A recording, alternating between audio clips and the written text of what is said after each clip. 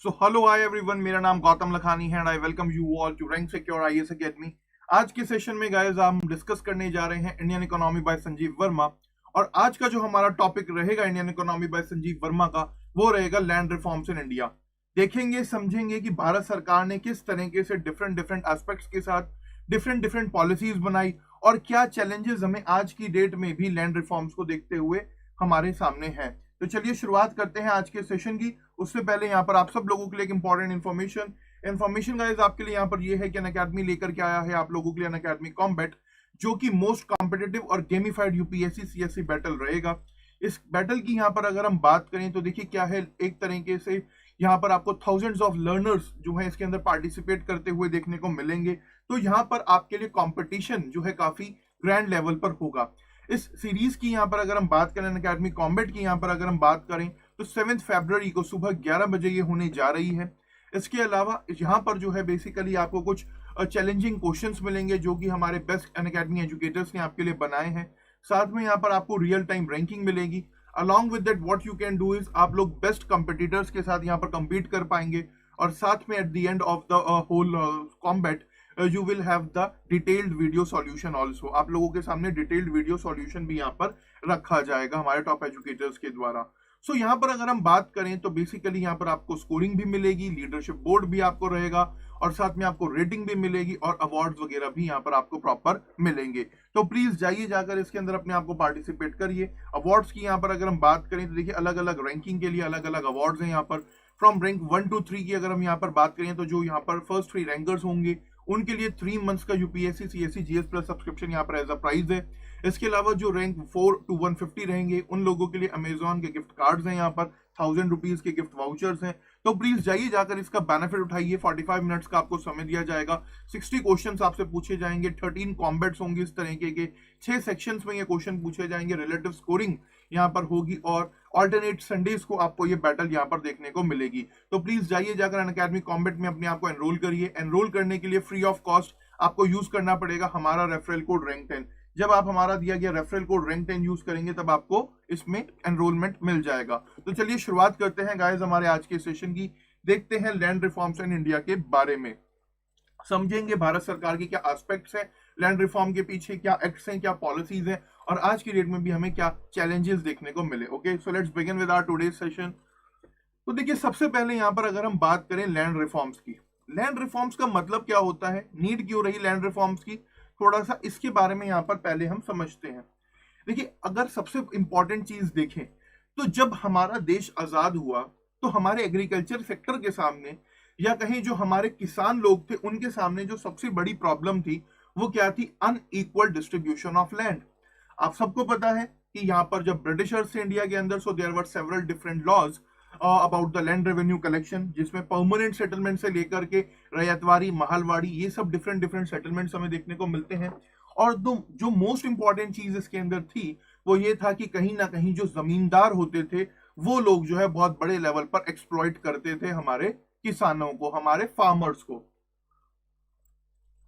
तो जब देश आजाद हुआ तो देखिए देश तो आजाद हो गया, पॉलिटिकली चीजें यहां पर इंडिपेंडेंट हो गई, but the most important thing was कि हम लोग कहीं ना कहीं जो हमारी सोसाइटी थी, हमारी प्रॉब्लम्स थी, वो प्रॉपर तरीके से आजाद नहीं हो पाई। देखिए अगर एक चीज समझें आप, एक इंडिविजुअल है यहाँ पर, ठीक है, जो कि रूरल एरिया के अंदर रह रहा है, सपोज करिए, ठीक है, अगर इसके पास एजुकेशन नहीं है प्रॉपर, खाने को फूड नहीं है इसके पास प्रॉपर, रहने को इसके पास घर नहीं है, तो क्या ये रियल मायने में आजाद है?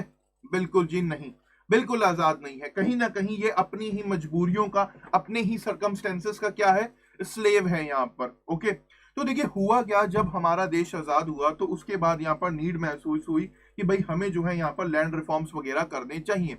तो इंडिया में यहाँ पर अगर हम बात करें तो जो कंटेम्प्रेरी लैंड रिफॉर्म्स हमें देखने को मिले उसमें भारत सरकार ने जमींदारी सिस्टम को एबॉलिश करा, लैंड सीलिंग एक्ट वगैरह यहाँ पर लगाए गए, टेनेंसी के अंदर रिफॉर्म्स वगैरह करे गए, जो टेनेंट्स हैं उनके बकायदा राइट्स रखे गए ताकि जो जमीन का मालिक है वो उनको एक्सप्लॉइट ना कर सके।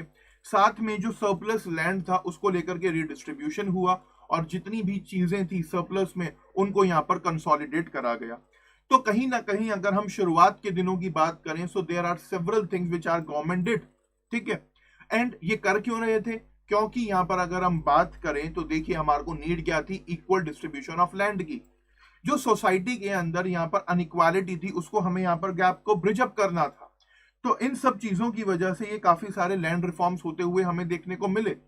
The second most important thing is कि देखिए जो ये एरिया है ना लैंड रिफॉर्म्स का, कहीं ना कहीं ये सरकार के अंदर आता है, स्टेट गवर्नमेंट के डोमेन के अंदर ये कहीं ना कहीं आ जाता है। इसको लेकर के यहाँ पर हम अगर बात करें तो बेसिकली ये शुरुआत के टाइम पर तो प्रायोरिटी एरिया रहा, काफी सारी चीजें वगैरह यहाँ पर करी गई बकायदा सरकार के द्वारा। There are so many land reforms and उसको देखते हुए आपको पता ही है कि जो इतने सारे इंपॉर्टेंट कॉन्स्टिट्यूशनल केसेस हैं वो कहीं ना कहीं लैंड रिफॉर्म से ही रिलेटेड है। चाहे आप गोलकनाथ केस की बात कर लीजिए, चाहे आगे चल करके केशवानंदा भारती केस की बात कर लीजिए, तो कहीं ना कहीं जो उनका मूल मुद्दा है केसेस का वो क्या है, लैंड रिफॉर्म है। ठीक है, तो यहां पर अगर आप समझने की कोशिश करें आज की डेट की अगर हम बात करें तो जो हमारा एग्रीकल्चर सेक्टर है, ठीक है, तो एग्रीकल्चर के अंदर जो लैंड है इस टाइम पर इंडिया का वो है 60%। और कहीं ना कहीं यहां पर अगर आप बात करें तो जो हमारा बचा हुआ फॉरेस्ट एरिया हो गया, 20% हमारा फॉरेस्ट एरिया है, 5% हमारा अनरिपोर्टेड एरिया है लैंड का, 13% जो है उस पे माउंटेन्स और रिवर्स और नॉन एग्रीकल्चर पर्पसेस के लिए हमने उसे यूज करा है, और बाकी 11% एरिया को हमने बेसिकली क्या करा है, यहाँ पर टोटल लैंड में इंडस्ट्रीज वगैरह लगाई हैं। तो जो मेजॉरिटी ऑफ द लैंड है हमारी वो किसके अंडर है, वो एग्रीकल्चर के अंडर है। ठीक है, बट कहीं ना कहीं अगर आप यहाँ पर समझने की कोशिश करें तो आज की डेट में जो सबसे बड़ी प्रॉब्लम है, सबसे बड़ा मुद्दा है वो क्या है कि भाई जो हमारा जीडीपी है और उसको जो कंट्रीब्यूशन एग्रीकल्चर का वो बहुत कम है। हालांकि 60% लैंड जो है तकरीबन हमारा एग्रीकल्चर के अंडर है, बट कहीं ना कहीं जीडीपी में हमारा एग्रीकल्चर का कंट्रीब्यूशन सिर्फ 17% हमारे सामने देखने को मिलता है। वहीं on the other hand if you talk about the industrial sector, if you talk about the service sector, they contribute around 80% of our GDP, and उन्होंने जो लैंड एरिया यहाँ पर ले रखा है वो है कितना, 11%। तो देखिए फ्यूचर को देखते हुए सरकार को यहाँ पर एक नीड महसूस हुई कि भाई देखो जो ये इंडस्ट्रीज है हमें ये भी लगानी है, ठीक है, सर्विस सेक्टर एक्टिविटीज भी हमें डेवलप करनी है, इन सब के लिए इंफ्रास्ट्रक्चर का होना भी बहुत ज्यादा जरूरी है।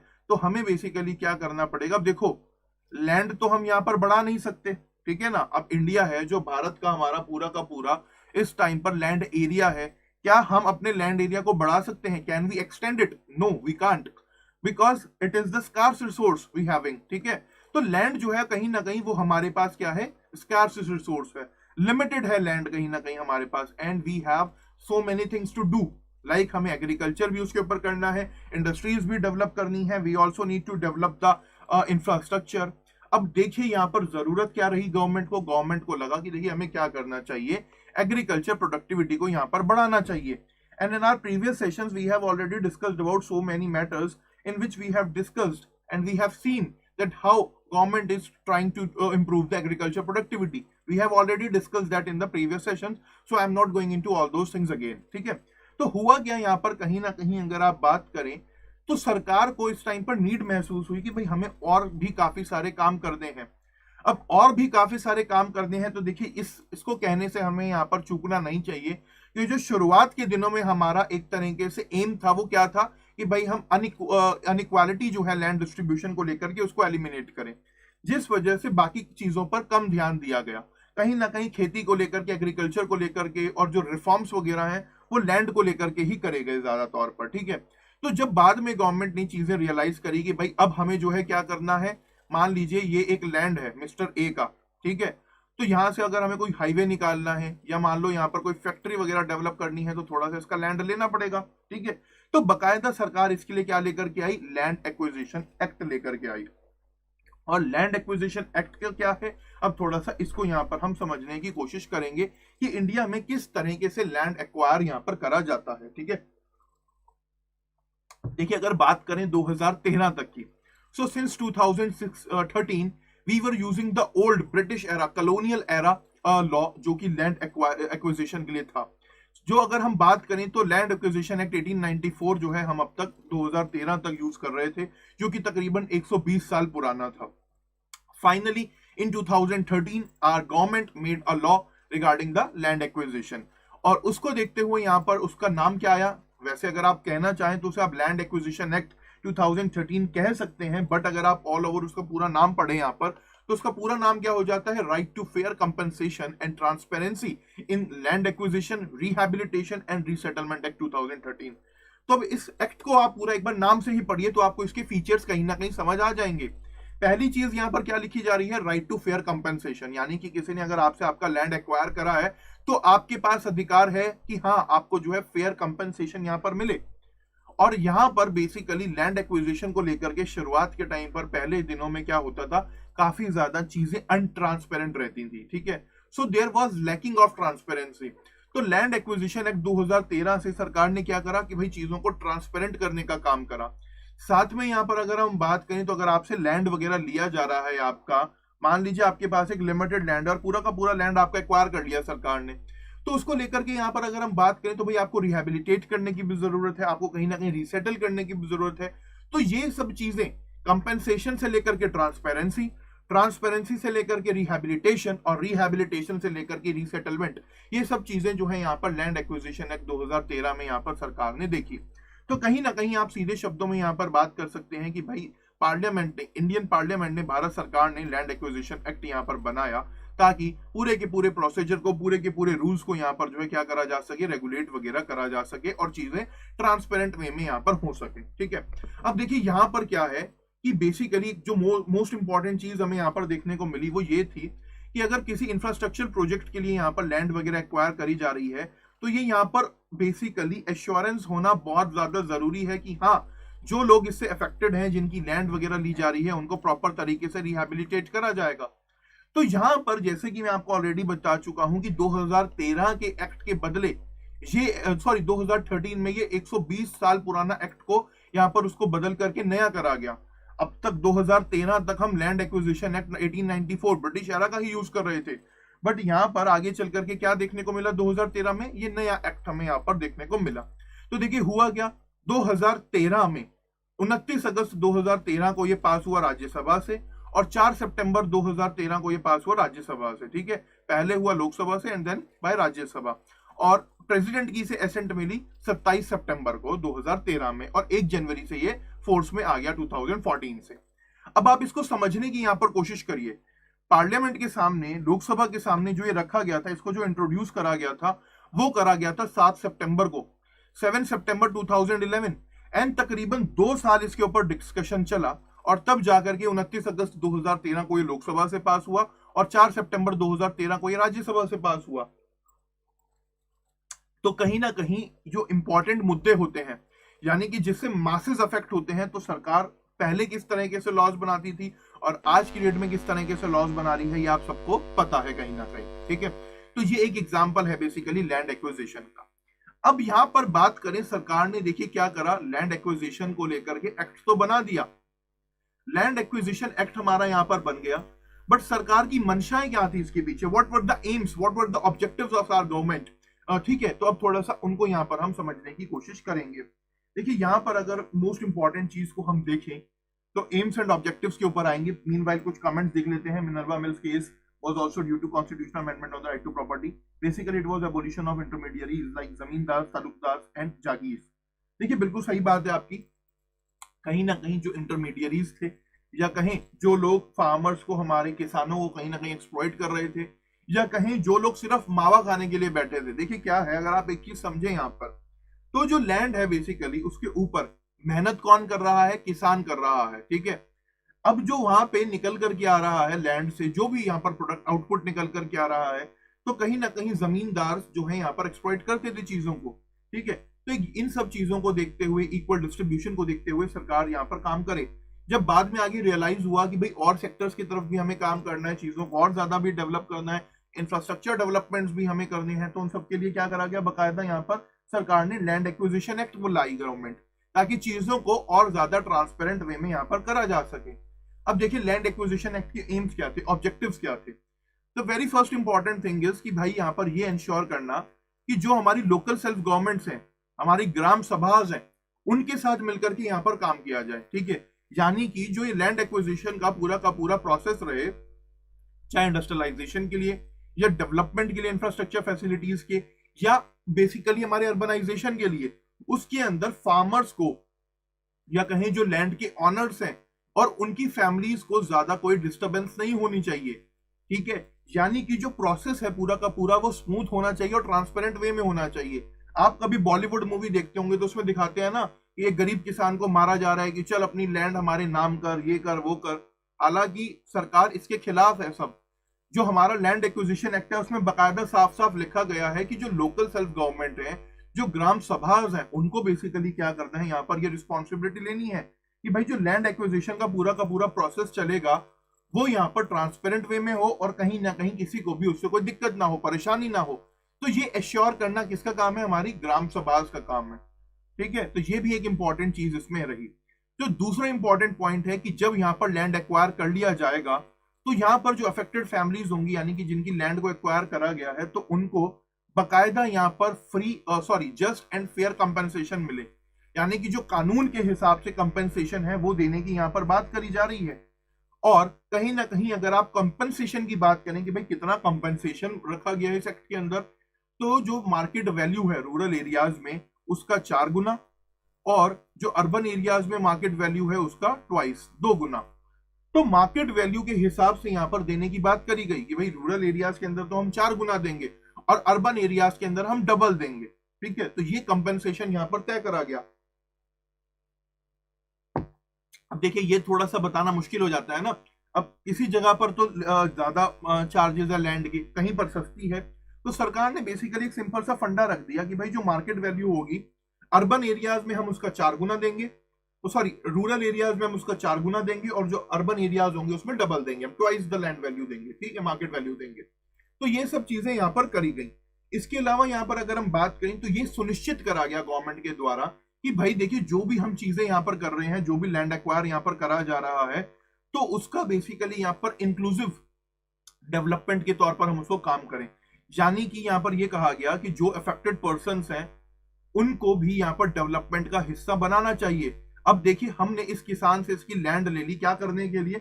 हमने इसकी लैंड ले ली कि भाई हमें इंफ्रास्ट्रक्चर डेवलपमेंट करना है।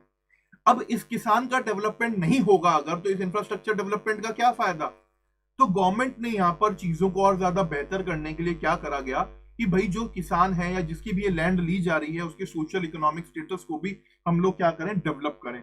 तो यहाँ पर ये चीजें भी इंश्योर करी गई कि इस तरह की चीजें होनी चाहिए। जैसे कहते हैं ना सबका साथ सबका विकास, तो वो वाली बात हो गई कि भाई अगर आप किसी से उसकी जमीन ले रहे हैं और यहाँ पर उसकी जगह कोई बड़ा प्रोजेक्ट लेकर के आ रहे हैं, हाईवे बना रहे हैं, XYZ कुछ भी आप यहाँ पर कर रहे हैं, तो कहीं ना कहीं उसका फायदा उस बंदे को भी मिलना चाहिए जिसका लैंड है। तो उसका सोशल इकोनॉमिक स्टेटस को भी यहाँ पर क्या थोड़ा सा इंप्रूव करने की बात करी गई। हालांकि there are certain exemptions also, जैसे कि स्पेशल इकोनॉमिक जोन 2005 का जो एक्ट है उसको लेकर के यहाँ पर कुछ एग्जाम्पशंस रखी गई। एटॉमिक एनर्जी एक्ट 1962 को लेकर के कुछ एग्जाम्पशन रखा गया। रेलवे एक्ट 1989 को लेकर के कुछ एग्जाम्पशंस रखे गए। तो यहाँ पर सर्टेन एग्जाम्पशंस भी हमें देखने को मिलती हैं। ठीक है, बट मोटे तौर पर अगर हम बात करें तो सरकार के ये एम्स है, ये ऑब्जेक्टिव्स रहे लैंड एक्विजिशन एक्ट को लाने के पीछे। अब देखिए यहाँ पर हमने लैंड को तो एक्वायर कर लिया, बट कहीं ना कहीं आपको एक चीज और भी समझनी चाहिए कि सरकार यहाँ पर एक चीज और भी करना चाह रही है। वो क्या है कि भाई जो लैंड यूज है वो प्रॉपरली हो सके, गवर्नमेंट यहाँ पर ये भी करना चाह रही है। अब देखिए मान लो ये सरकार ने लैंड तो एक्वायर कर ली, अब इस लैंड का प्रॉपर तरीके से यूज करा जा सके ताकि हम यहाँ पर ज्यादा से ज्यादा आउटकम, प्रोडक्टिविटी ज्यादा से ज्यादा निकाल सके इसके लिए, तो वो काम क्या करा जाए? तो उसके लिए भी बकायदा सरकार ने क्या करा, नेशनल लैंड यूज पॉलिसी बनाई। ठीक है, लैंड एक्वायर हो गई, अब तो सरकार ने देखा कि देखो लैंड एक्वायर तो हो गई है, बट लैंड क्या है, हमारे पास स्कैर्स रिसोर्स है कहीं ना कहीं। ठीक है, आज हमने जो लैंड एक्वायर करी, मान लो मैं आज की डेट में क्या करता हूं, एक प्लॉट खरीदता हूं, कितने 1000 स्क्वायर फीट का यहाँ पर मैंने जो है एक प्लॉट खरीदा। ठीक है, अब 1000 स्क्वायर फीट का जो मैंने ये प्लॉट खरीदा, क्या ये 10 साल बाद 2000 का हो जाएगा? नहीं होगा। क्या ये 20 साल बाद 3000 स्क्वायर फीट का हो जाएगा? नहीं होगा। चाहे 1000 साल हो जाए, ये कितने का कितना रहेगा, ये 1000 स्क्वायर फीट का ही रहेगा। तो कहीं ना कहीं यहाँ पर जो लैंड है हमारा वो स्कार्स है। ठीक है, और यहाँ पर अब देखिए मुझे क्या करना है, अब ये चीज मेरे एग्जांपल आप ले लीजिए। अब मेरे पास 1000 स्क्वायर फीट का एक प्लॉट है और मुझे इसका प्रॉपर यूटिलाइजेशन करना है। ठीक है, प्रॉपर तरीके से उसे यूटिलाइज करना है। वो मेरा लैंड बढ़ तो सकता नहीं, और मेरे को क्या करना है, मैं उसको प्रॉपर यूटिलाइज कैसे करूंगा, मैं पहले एक फ्लोर बनाऊंगा, फिर उसके ऊपर दूसरा फ्लोर बनाऊंगा, फिर तीसरा फ्लोर बनाऊंगा। I can make floor over it, मैं उसके ऊपर अपार्टमेंट्स बना सकता हूं, बट कहीं ना कहीं उसको बढ़ा तो नहीं सकता ना।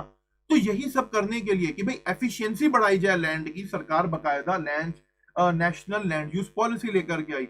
और यहाँ पर तय करा गया कि भाई जो स्टेट गवर्नमेंट्स हैं वो ये सब नॉर्म्स फॉलो करें, ये सब प्रोविजंस यहाँ पर फॉलो करें, ताकि जो लैंड है हमारा उसका बेटर यूटिलाइजेशन हो सके। तो ये चीज भी हमारी सरकार ने सुनिश्चित करी, बकायदा पॉलिसी वगैरह लेकर के आई कि भाई एक बैलेंस मेंटेन रहना चाहिए। जो सरकार की प्राथमिकताएं हैं, प्रायोरिटीज हैं, उनको ध्यान में रखते हुए लैंड का बेटर यूटिलाइजेशन करना हमारे को बहुत ज्यादा जरूरी है। And the second most important point is कि कहीं ना कहीं ये जो लैंड यूज पॉलिसी है, लैंड एक्विजिशन पॉलिसी के अंदर एक इंपॉर्टेंट रोल प्ले करेगी ये, ठीक है। तो ये भी गवर्नमेंट यहाँ पर लेकर के आई। तो देखिए अब सरकार ने पहले तो क्या करा, पहले सरकार ने लैंड रिफॉर्म्स करे, फिर उसके बाद सरकार बकायदा यहाँ पर लेकर के आई क्या, लैंड एक्विजिशन एक्ट लेकर के आई। और लैंड एक्विजिशन एक्ट लाने के बाद सरकार ने क्या लाई कि भाई लैंड यूज पॉलिसी लेकर के आई। तो एक तरीके से पूरी की पूरी डेवलपमेंट प्रोसेस को समझने की कोशिश करिए। जैसे आप लोग पहले एक प्लॉट खरीदते हैं, एक्वायर करते हैं, देन आफ्टर दैट उसको यूज कैसे करना है आप उसके लिए बकायदा मैप तैयार कराते हैं, है ना, नक्शा तैयार कराते हैं ना घर बनाने से पहले। तो वही काम सरकार ने करा, पहले लैंड एक्वायर करा, देन लैंड की यूज के लिए पॉलिसी लेकर के आई कि भाई बेटर यूटिलाइजेशन हो सके लैंड का, और फिर उसके बाद गवर्नमेंट ने काम करा यहाँ पर लैंड को लीज करने का। तो देखिए लीजिंग को लेकर के भी यहाँ पर सरकार लगातार काम कर रही है। अब क्या है लीजिंग का मतलब क्या है, अब इसको थोड़ा सा यहाँ पर समझते हैं। लीजिंग का मतलब ये हो गया कि पट्टे पर दे देना किसी को अपनी जमीन, ठीक है। आपने अभी एक रिसेंटली न्यूज में एक चीज थी जिसमें हमने देखा कि असम के अंदर हमारी भारत सरकार ने, सेंट्रल गवर्नमेंट ने क्या करा, वहां पर कुछ लोगों को पट्टे के ऊपर लैंड दी। तो पट्टे के ऊपर लैंड देने का मतलब क्या होता है कि भाई लैंड को लीज आउट कर देना, ठीक है। तो इंडिया में फिलहाल लीजिंग को लेकर के, एग्रीकल्चर लैंड को लेकर के नीड क्या है, क्या क्या काम हो रहे हैं, थोड़ा सा इसके बारे में बात करते हैं। मीनवाइल आपके कुछ कमेंट्स देख लेते हैं। अगर आपका कोई भी डाउट है तो प्लीज कमेंट सेक्शन में अपना डाउट आप मेरे को क्लियर करें, जो भी आपका डाउट है। और अगर समझ आ रही हैं चीजें तो please make sure to like the video. जितने भी लोग ऑनलाइन है मैं सबसे कहूंगा कि प्लीज वीडियो को लाइक जरूर करें, क्योंकि आपके लाइक करने से कहीं ना कहीं हमें एक मोटिवेशन मिलता है। तो कुछ कमेंट्स है, कमेंट्स देख लेते हैं। But compensation was not satisfactory for land owners, land value was more than the compensation amount. अब देखिए स्वाति, जो आपने ये बात लिखी है यहाँ पर कि जो कंपेंसेशन है वो सेटिस्फैक्टरी नहीं रहा लैंड ओनर्स के लिए, तो अगर आपके पास कोई एग्जांपल है इससे रिलेटिव तो प्लीज आप मुझे एग्जांपल बताएं एक बार अपना यहाँ पर। बाकी मैं यहाँ पर ये समझूंगा कि जो आप ये चीज बात लिख रही हैं अपनी, कहीं ना कहीं आप प्रैक्टिकल नॉलेज के बेसिस पर ही लिख रही हैं। बिकॉज गवर्नमेंट तो कह रही है कि भाई रूरल एरियाज में हम 4 गुना देंगे और अर्बन एरियाज में हम 2 गुना देंगे, और वो दे भी रही है कहीं ना कहीं।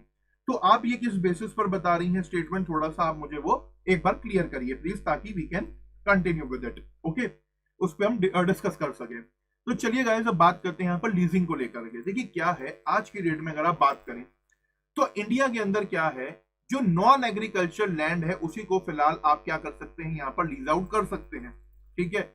और अगर आपके पास कोई खेती की जमीन है, एग्रीकल्चर लैंड है, आप उसे सिर्फ और सिर्फ कल्टीवेशन के लिए ही लीज आउट कर सकते हैं, यानी कि उसके ऊपर और कुछ काम नहीं हो सकता। तो बेसिकली यहाँ पर अगर आप समझने की कोशिश करें तो present laws do not allows leasing of land and giving out agriculture land on rent. कहीं ना कहीं एक इंपॉर्टेंट चीज है आज की डेट में, ठीक है। तो यहां पर बेसिकली अब देखिए फार्मर्स जो है हमारे, उनकी हिसाब समझिए आप, ठीक है। अब देखिए कुछ ऐसे फार्मर्स हैं जो कि यहाँ पर खेती नहीं कर सकते, उनके पास बहुत बड़ी जमीन है, अब वो खेती उसके ऊपर कर नहीं सकते प्रॉपर्ली, ठीक है। तो यहाँ पर जो लोग उनकी लैंड को रेंट पर लेने में इंटरेस्टेड है, अगर वो उन्हें अपनी लैंड दे देंगे तो इससे क्या होगा, 2 काम होंगे। एक तो लैंड पे जो खाली पड़ी है, बेकार पड़ी है, जिसपे फार्मर खेती नहीं कर पा रहा, उस पर प्रोडक्शन बढ़ेगा। दूसरी चीज, प्रोडक्शन बढ़ेगा तो कहीं ना कहीं हमारी प्रोडक्टिविटी बढ़ेगी, और प्रोडक्टिविटी भी बढ़ेगी कहीं ना कहीं, तो ये जो हमारा एग्रीकल्चर है वो यहाँ पर क्या करेगा, एक तरीके से कमर्शियल वेंचर में बदलेगा। कैसे बदलेगा कमर्शियल वेंचर में, अब देखिए लैंड थी फार्मर की, वो उसको यूज नहीं कर रहा था, या कहीं उसके पास 100 बीघा जमीन है बट वो 40 पे ही काम कर रहा था, 60 उसकी बेकार पड़ी है, क्योंकि उसके पास सोर्सेज नहीं है या XYZ कोई भी रीजन है, या वो करना नहीं चाहता, उसकी मर्जी है अपनी। तो सब वो यहाँ पर क्या कर सकता है, अपनी लैंड को लीज आउट कर सकता है, किसी थर्ड पार्टी को दे सकता है, पट्टे पर अपनी जमीन को दे सकता है कि भाई वो काम कर ले उस पर। अब इससे 2 काम होंगे। पहली चीज तो यहाँ पर ये होगी कि कहीं ना कहीं इससे जो है बेसिकली जो रूरल से अर्बन एरियाज के अंदर माइग्रेशन होता है वो कम होगा, ठीक है ना। अब रूरल से अर्बन एरियाज के अंदर लोग माइग्रेट क्यों करते हैं? Because though they lack the opportunities there in the rural areas, ठीक है। उन्हें काम नहीं मिलता प्रॉपर्ली, तभी तो वो मूव आउट करते हैं, माइग्रेट करते हैं। और कहीं ना कहीं यहाँ पर जब इस तरह की चीजें होंगी, लीजिंग आउट होगी, तो क्या होगा, उनके पास ऑप्शंस होंगे। देखिए ज्यादातर जो लोग यहाँ पर माइग्रेट करते हैं रूरल से अर्बन एरियाज में, वो लोग होते हैं जिनके पास खेती के लिए जमीन नहीं होती। अगर किसी के पास अपनी जमीन होती है तो पहला प्रेफरेंस जो एक इंडिविजुअल का रहता है वो क्या रहता है कि वो ज्यादा से ज्यादा खेती करे उसके ऊपर, ठीक है, अपना काम करे पहले, ठीक है। बट जब उसके पास जमीन नहीं है तब वो मूव आउट करता है, माइग्रेट करता है। तो यहाँ पर अगर लैंड लीजिंग का ऑप्शन अवेलेबल रहेगा तो उसमें ये सब चीजें होंगी। कहीं ना कहीं यहाँ पर क्या कर सकते हैं, लैंड का इफेक्टिव यूज हम यहाँ पर कर सकते हैं, उसको प्रॉपर वे में यूटिलाइज कर पाएंगे। और कहीं ना कहीं से अल्टीमेटली क्या होगा, जो हमारे लैंडलेस लेबर्स हैं या लैंडलेस लोग हैं उनको हेल्प मिलेगी। कहीं ना कहीं जो लोग माइग्रेट करते हैं उनको रोकने में मदद मिलेगी। और कहीं ना कहीं से क्या होगा, एजुकेशन और स्किल्स भी डेवलप होंगी, ठीक है। कैसे होंगे एजुकेशन और स्किल्स की? देखिए क्या होगा यहाँ पर, जब लैंड ऑनर्स के पास पैसा आएगा तो वो भाई फिर आपके पढ़ाएंगे लिखाएंगे भी अपने बच्चों को, इंडस्ट्रीज में भी लगाएंगे, या और भी कुछ ऑप्शंस देख सकते हैं वो कहीं ना कहीं, ठीक है ना। अब देखिए मान लीजिए आप ही हैं, अब आपका एक घर है वो खाली पड़ा है, ठीक है। अगर वो खाली पड़ा है तो बेकार है आपके लिए, आपका खर्चा ही होगा उसके ऊपर, जैसे कि बंद पड़े पड़े में उसमें दीमक लग जाएगी, सील आना आ जाएगी, and so many other things are there.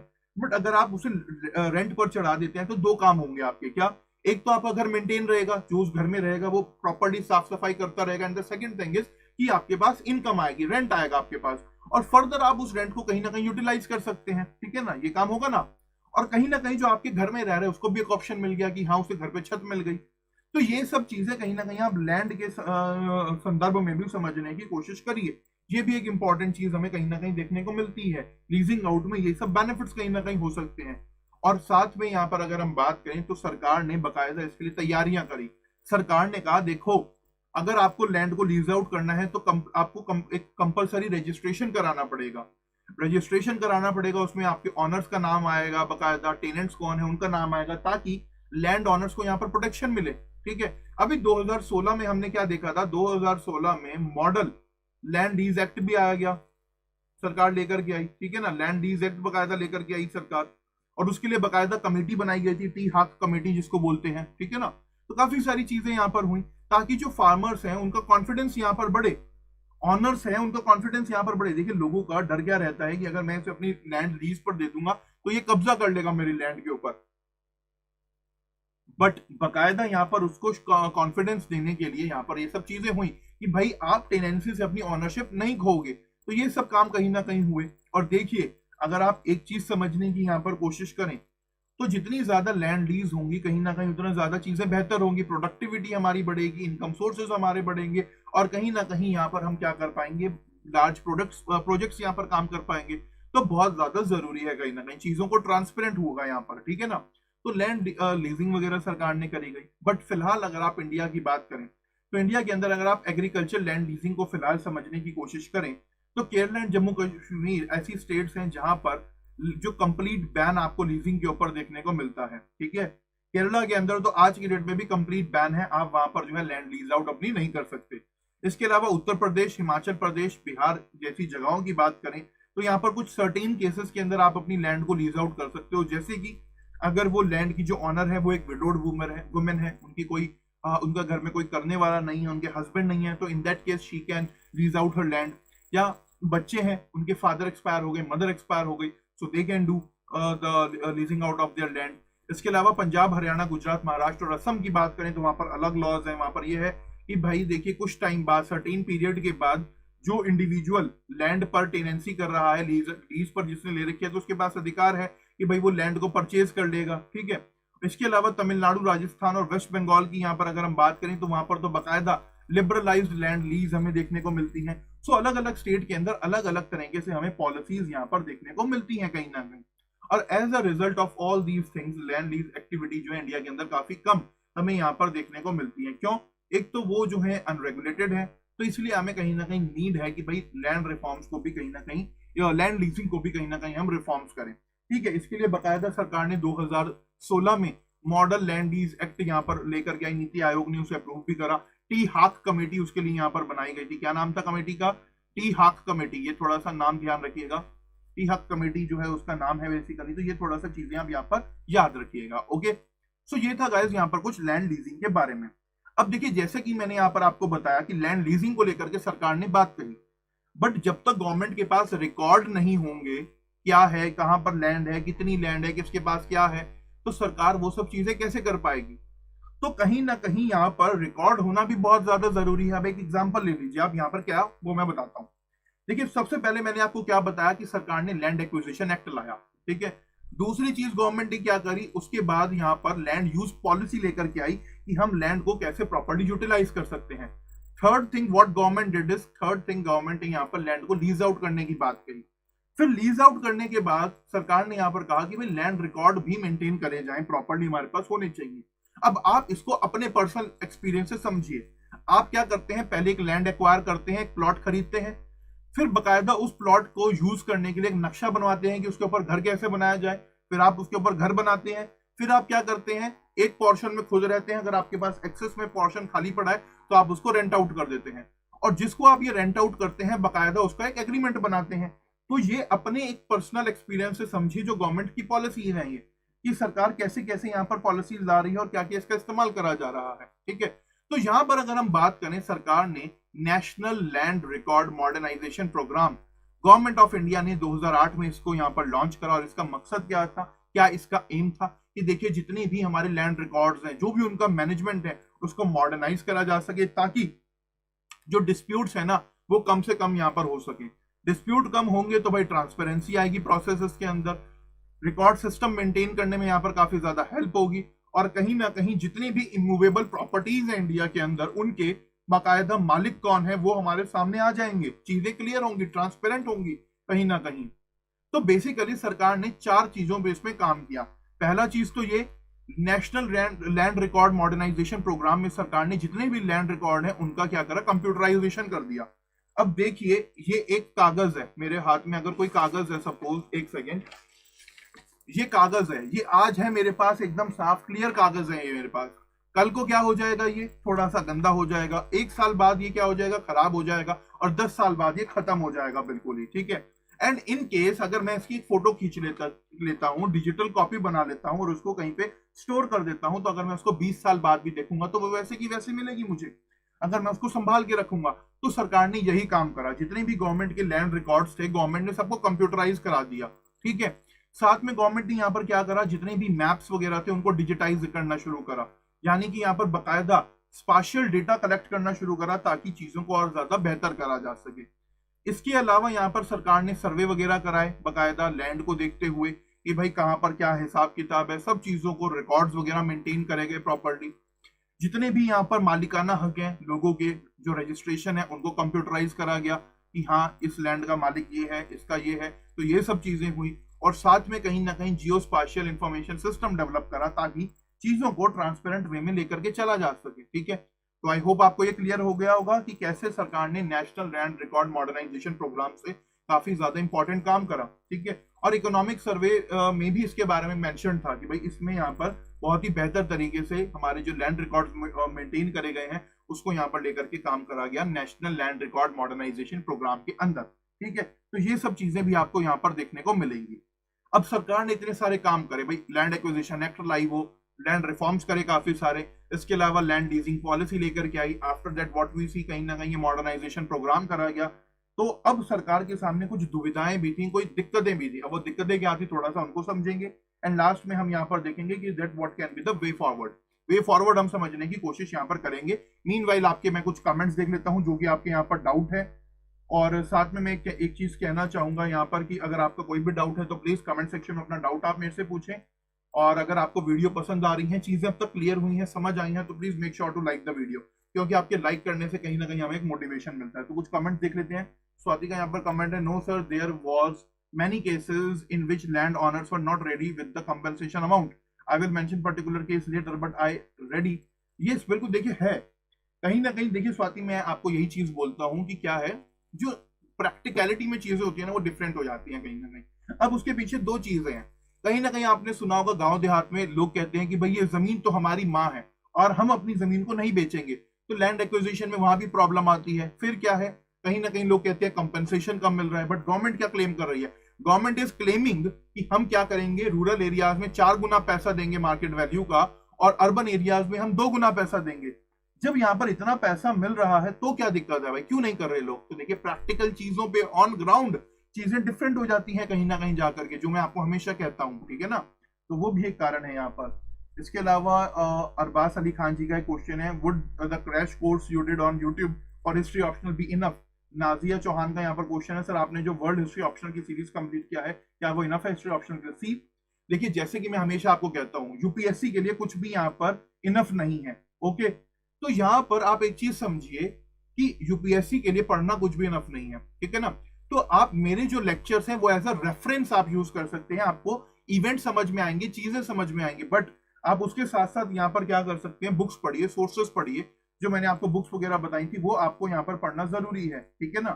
Arbaaz जी का यहाँ पर क्वेश्चन है, सर आपके हिस्ट्री ऑप्शनल के नोट्स मेन वो सोर्सेज इंक्लूडेड है ना जो आपने? यस, देखिए अरबाज, अगर मैं यहाँ पर आपको बताऊं तो देयर आर मल्टीपल सोर्सेज जो मैंने यूज करे हैं। मैंने इग्नू भी यूज करा है, गूगल भी यूज करा है, बुक्स भी कहीं ना कहीं देखी है, तो in my notes I had covered all the things, ठीक है।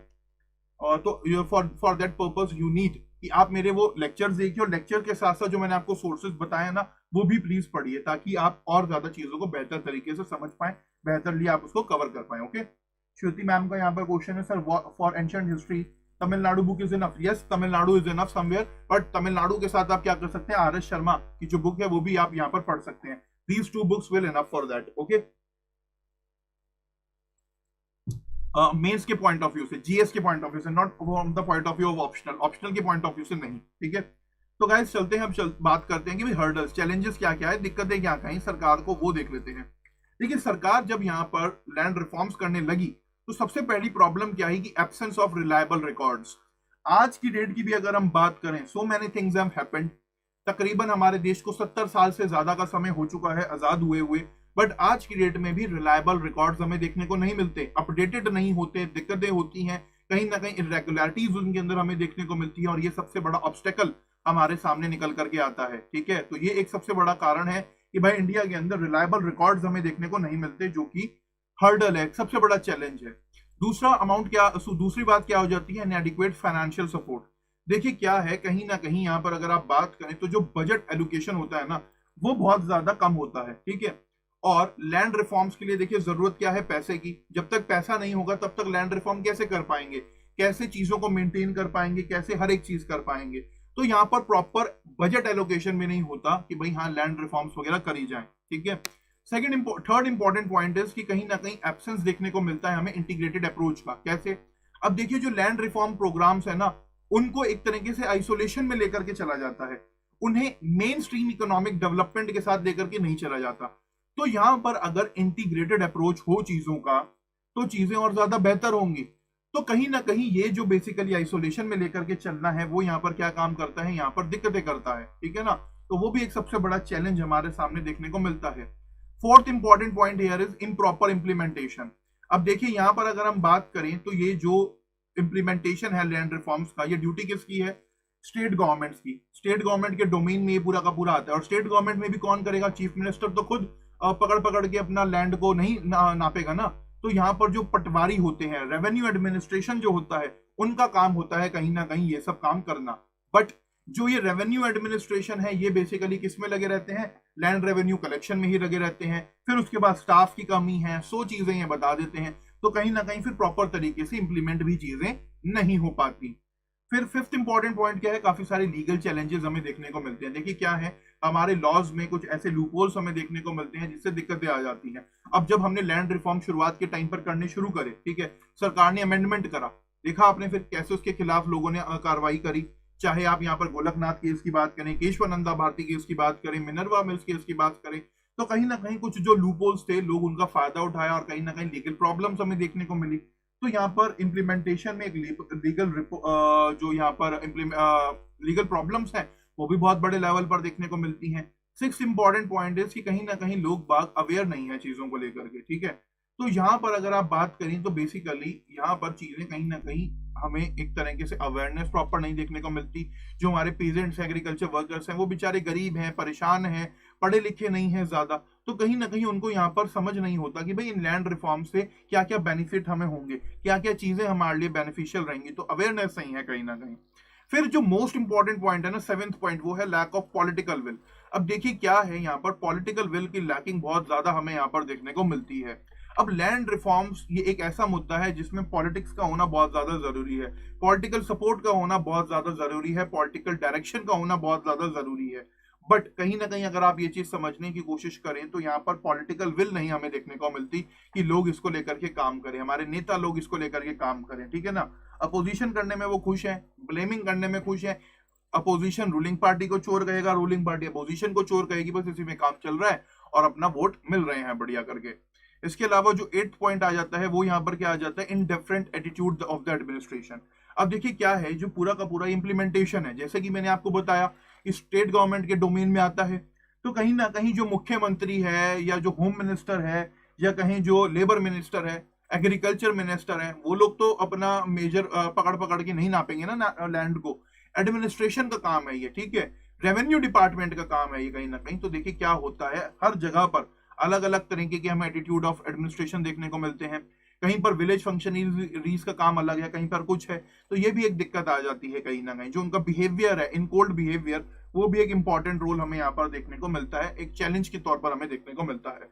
So these are the 8 points जो कि कहीं ना कहीं लैंड रिफॉर्म्स के अंदर हमें चैलेंज के तौर पर देखने को मिलते हैं, ठीक है। आई होप आपको सब पॉइंट्स क्लियर हो गए होंगे। अब आगे चलते हैं, बात करते हैं वे फॉरवर्ड की, कि क्या लैंड लीजिंग से, क्या लैंड रिफॉर्म से सॉल्यूशन निकल आएगा प्रोडक्टिविटी को लेकर के, उसके बारे में बात करते हैं। मीनवाइल कुछ यहाँ पर कमेंट्स देख लेते हैं। कमेंट्स यहाँ पर क्या है, स्वाति जी का कमेंट है कि land reform was non plan expenditure hence does not get much budgetary allocation. देखिए वही है ना, आइसोलेटेड वे में लेकर के चला जाता है, इसे मेन स्ट्रीम इकोनॉमिक डेवलपमेंट के साथ लेकर के नहीं चला जाता। State government were not giving priority to land reform, all initiative from the centre due to state government were not accountable for that. बिल्कुल सही बात है, ये बिल्कुल हकीकत है। कहीं ना कहीं यहाँ पर पॉलिटिकल डिस्प्यूट, कहीं ना कहीं बाकी सब चीजें यहाँ पर इंटरेस्ट जो है हमारे वो खत्म कर देती हैं। राजा अरबाज जी का एक क्वेश्चन है, sir I have relied on your history option notes and complimented them with the sources you referred by just reading them and not making notes for each resource. Have I done mistake, sir? No, you haven't done any kind of a mistake. But what you can do, sir, here is आप क्या कर सकते हैं, जो मेरे notes हैं, जो मैंने आपको नोट्स प्रोवाइड कराए हैं, उनके साथ आप यहाँ पर जो है कॉम्प्लीमेंट कर सकते हैं जो आप बुक्स वगैरह पढ़ रहे हैं। मान लीजिए मैं कोई चीज ऐसी है जो मैंने अपने नोट्स में मेंशन नहीं करी और वो चीज आपको बुक में मिल जाती है, so you need to mention it, okay. तो जो चीज आपको यहाँ पर दिखती है कि हाँ मेरे नोट्स में नहीं है बट बुक में है, so you need to add on with that, okay. तो एक ये चीज आप करिए, ठीक है ना, अपडेट करते रहिए चीजों को, बिकॉज ऐसा है ना, हमारा क्रैश कोर्स है, तो क्रैश कोर्स का मतलब क्या होता है कि हॉलिस्टिक वे में हम उन चीजों को नहीं कवर कर रहे हैं यहाँ पर, मतलब इन डेप्थ हम उनको कवर नहीं कर रहे हैं। हालांकि I try to do that, मैं यहाँ पर बहुत ज्यादा कोशिश करता हूँ कि चीजों को डीपली आपको एक्सप्लेन करूं ताकि आपको चीजें आसान रहें, ठीक है। I don't take it as a crash course, मैं उसको क्रैश कोर्स के वे में नहीं लेकर के चलता, मैं इन डेप्थ बताता हूँ। बट जो नोट्स मैंने बनाए हैं उसमें दो चार चीजें रह जाती हैं कभी कभी, तो अगर आप बुक में कुछ पढ़ते हैं और नया आपको पढ़ने को मिलता है तो please add on with that, okay. So you can do this thing, okay. तो बात करते हैं गाइस वे फॉरवर्ड की, कि क्या हो सकता है आगे को लेकर के, आगे आने वाले समय में क्या सब चीजें हैं। तो देखिए कहीं ना कहीं जैसे कि हमने बात करी प्रोडक्टिविटी को लेकर के, तो वे फॉरवर्ड की यहाँ पर अगर हम बात करें तो लैंड लीजिंग ये अकेला एक सॉल्यूशन यहाँ पर नहीं हो सकता प्रॉब्लम जो है एग्रीकल्चर सेक्टर को, उसको देखते हुए, ठीक है। तो हमें यहाँ पर क्या नीड है कि भाई ज्यादा से ज्यादा हम लैंड अपना रिकॉर्ड्स को मॉडर्नाइज करें, ज्यादा से ज्यादा डिजिटाइज करें उन्हें चीजों को, ताकि ट्रांसपेरेंसी आए और यहाँ पर जो बेसिकली लैंड लीजिंग को लेकर के प्रॉब्लम्स आती हैं वो यहाँ पर कम हो, ये एक करना बहुत ज्यादा जरूरी है, ठीक है। थर्ड इंपॉर्टेंट पॉइंट की यहाँ पर अगर हम बात करें तो देखिए जैसे कि मैंने आपको बताया कि जो हमारे रेवेन्यू डिपार्टमेंट है, रेवेन्यू एडमिनिस्ट्रेशन है, वो कहीं ना कहीं ढीले पड़ जाते हैं इन सब चीजों को लेकर के। तो यहाँ पर हमें एक नीड है कि भाई हम एक इंडिपेंडेंट रेगुलेटर बनाए सेक्टर के लिए, ठीक है। इंडिपेंडेंट रेगुलेटर बनाए जो कि लैंड लीजिंग का भी काम करें और उनको लीगलाइज करने से लेकर के, ऑपरेशनलाइज करने से लेकर के, या कोई भी डिस्प्यूट वगैरह आ रही है मैकेनिज्म के अंदर, एक डिस्प्यूट रेजोल्यूशन मैकेनिज्म हम यहाँ पर तैयार करें ताकि चीजें बेहतर तरीके से हो सके और जो हमारी कोर्ट्स हैं उनके ऊपर इतना ज्यादा बर्डन है वो बर्डन हम कम कर सके कहीं ना कहीं। तो देखिए हमने क्या करा था, 2010 की बात करें तो हम एनजीटी लेकर के आए, नेशनल ग्रीन ट्राइब्यूनल लेकर के आए, ताकि सुप्रीम कोर्ट, हाई कोर्ट्स के ऊपर से बर्डन कम करा जा सके, ठीक है। तो यहाँ पर इसी तरीके के ट्राइब्यूनल की हमें कहीं ना कहीं नीड है, ठीक है, इसी तरीके के एक बॉडी की नीड है कहीं ना कहीं जो यहाँ पर चीजों को थोड़ा सा इजी कर दे, ठीक है, तो ये नीड है। इसके अलावा जो एग्रीकल्चर मार्केटिंग है हमारा, उसको भी मॉडर्नाइज करने की नीड है, ताकि जो लीज एग्रीमेंट्स उन्हें प्रॉपर तरीके से लिया जा सके।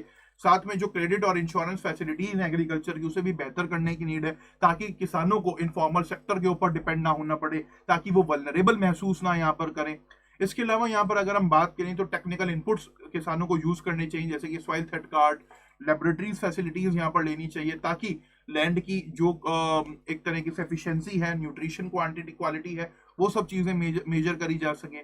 तो यहाँ पर कहीं ना कहीं हमें रिक्वायरमेंट क्या है कि जो हमारा एग्रीकल्चर है उसको as a business cum livelihood activity के तौर पर हम ट्रांसफॉर्म करें, यानी कि कहीं ना कहीं हम उसे और ज्यादा बेहतर तरीके से चीजों को यहाँ पर लेकर के चलें। इसके अलावा चीजों को अगर हम सब लेकर के चलेंगे, पॉलिसीज बनाएंगे, तो कहीं ना कहीं किसानों को अवेयर करने की भी जरूरत है, एजुकेशन देने की भी जरूरत है जो रूरल एरियाज के अंदर लोग हैं, ताकि उन्हें बेनिफिट्स के बारे में पता लग सके। ठीक है, तो जब ये सब चीजें होंगी तो कहीं ना कहीं क्या होगा, हाउस होल्ड इनकम बढ़ेगी और लाइफ भी लोगों की यहाँ पर कहीं ना कहीं बढ़ेगी। और अभी मैंने आपको बताया कि हाक कमेटी बनाई गई थी और उसने बेसिकली क्या करा है, मॉडल लैंड लीजिंग एक्ट यहाँ पर बनाया बाकायदा। ठीक है, तो ये था गाइस हमारा आज का सेशन। आज के सेशन की अगर हम बात करें, so in our today session we have discussed about land reforms in India, and along with that we have seen different kind of policy in which we have discussed about the land acquisition act. After that land acquisition act, what we have discussed, we have seen about the land use policy कि भाई सरकार land use policy लेकर के आई।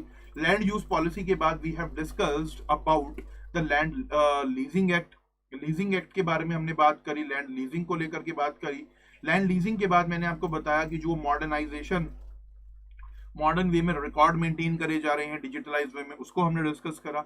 After that we have seen some challenges कि भाई challenges क्या हैं, दिक्कतें क्या हैं आज की डेट में भी, और साथ में हमने यहाँ पर वे फॉरवर्ड देखा कि भाई प्रोडक्टिविटी बढ़ाने के लिए हम क्या क्या वे फॉरवर्ड लेकर के चल सकते हैं। So all these things we have discussed in our today's session. I hope आपको सारी चीजें समझ आ गई होंगी, क्लियर हुई होंगी। अगर आपका कोई भी डाउट है तो प्लीज जल्दी से अपना डाउट आप मेरे से पूछ लीजिए, अदरवाइज आज का सेशन हम यहाँ पर खत्म करते हैं। और आज के सेशन में इतना ही। आई होप आपको सब चीजें क्लियर हो गई होंगी। क्लियर हुई हैं तो make sure to like the video, comment करें, और अगर आप चाहते हैं कि ये नोट्स मैं टेलीग्राम ग्रुप में फॉरवर्ड कर दूं तो वो भी मुझे बताएं एक बार, ठीक है। You're welcome, Raja ji. Welcome, Amit sir. Shruti ma'am का है. Thank you so much, sir. Feeling like I'm reading the book of economy very clear. Thank you. Thank you very much for your kind comments. Okay. So thank you everyone for watching this session. Please make sure to like the video. ज़्यादा से ज़्यादा अपने friends के साथ यहाँ पर share करें, और कहीं ना कहीं बाकी सब जो कमेंट्स हैं आपके वो फीडबैक जरूर दें आप अपना, ठीक है। एक कमेंट और आया है, sir business cum livelihood activity make the unprofitable the agriculture, it should focus on the business point of view rather than welfare. Ma'am here I can say कि देखिए बिजनेस कम लाइवलीहुड एक्टिविटी तौर पर ही लेकर के चलना पड़ेगा, क्योंकि कहीं ना कहीं एग्रीकल्चर जो है ना वो फार्मर्स के लिए सब्सिस्टेंस का भी बहुत बड़ा मुद्दा है। तो चीजों को हम सिर्फ बिजनेस के पॉइंट ऑफ व्यू से ना देख करके हमें जो है वेलफेयर के हिसाब से भी देखना चाहिए। तो यहाँ पर मैं आपको कहना चाहूंगा कि जब तक एग्रीकल्चर को हमें दो तरफा लेकर के चलना चाहिए, वेलफेयर के पॉइंट ऑफ व्यू से भी, लाइवलीहुड के पॉइंट ऑफ व्यू से, और बिजनेस के पॉइंट ऑफ व्यू से भी। बाकी अगर आप इस स्टेटमेंट को समझे, बिजनेस कम लाइवलीहुड का मतलब क्या है, अभी किसानों का ज्यादा ध्यान रहता है सब्सिस्टेंस के ऊपर कि भाई हमारा गुजारा हो जाए, लाइवलीहुड को देख करके रहता है, बट कहीं ना कहीं हमें उसे प्रॉफिटेबल बनाने की नीड है, और उसको लेकर के हमें क्या करना चाहिए, बिजनेस कम लाइवलीहुड मॉडल यहाँ पर तैयार करना चाहिए, ताकि चीजें और ज्यादा बेहतर हो, अपॉर्चुनिटीज और ज्यादा हम बन सके यहाँ पर। तो business cum livelihood will make the agriculture profitable venture here. Okay, so thank you everyone for watching this session. जाते जाते वीडियो को लाइक करिएगा, कमेंट सेक्शन में कमेंट्स करिएगा, और बाकी जो आपको चीजें समझ आए तो प्लीज अपना डाउट्स आप मेरे से पूछ लीजिएगा। That's why still they are in poverty. See, there are several reasons, not only the sole reason behind the poverty. We have discussed about it a hell lot of times. काफी सारी बार हमने इसके ऊपर डिस्कस करा है कि क्या main reason है पॉवर्टी के पीछे, ठीक है ना। तो कहीं ना कहीं आप बिजनेस पॉइंट ऑफ व्यू और लाइवलीहुड पॉइंट ऑफ व्यू से लेकर के चलेंगे तभी चीजें बेहतर हो पाएंगी। बट हाँ, अब जो आप कह रही हैं कि that's why still they are in poverty, no that's not the reason behind this. तो देयर आर सेवरल रीजन जो हम कई बार डिस्कस कर चुके हैं कि भाई टेक्नोलॉजी का डेवलपमेंट ना होना, पैसा ना होना, प्रॉपर फाइनेंस की दिक्कत होना, फिर उसके बाद सब्सिस्टेंस का होना, फिर सबसे मेन इंपॉर्टेंट चीज पता है क्या, छोटी लैंड होल्डिंग्स का होना। तो कहीं ना कहीं ये सब चीजें आपको देखनी पड़ेंगी। तो ये सब है कहीं ना कहीं, और तो यहाँ पर नीड है कि हम एग्रीकल्चर को ज्यादा से ज्यादा प्रोडक्टिविटी बढ़ाएं उसके अंदर, और ज्यादा से ज्यादा यहाँ पर चीजों को बेहतर करें, ठीक है, प्रॉफिटेबल वेंचर के तौर पर एग्रीकल्चर को हम आगे लेकर के चलें। So thank you everyone for watching this session. I hope आपको आज का सेशन पसंद आया होगा। जाते जाते वीडियो को लाइक कर दीजिएगा ताकि हमें मोटिवेशन मिले, और ज्यादा से ज्यादा इसमें अपना फ्रेंड्स के साथ भी शेयर करिए ताकि वो लोग भी इसका बेनिफिट उठा पाए। Thank you, goodbye, good luck, have a good day.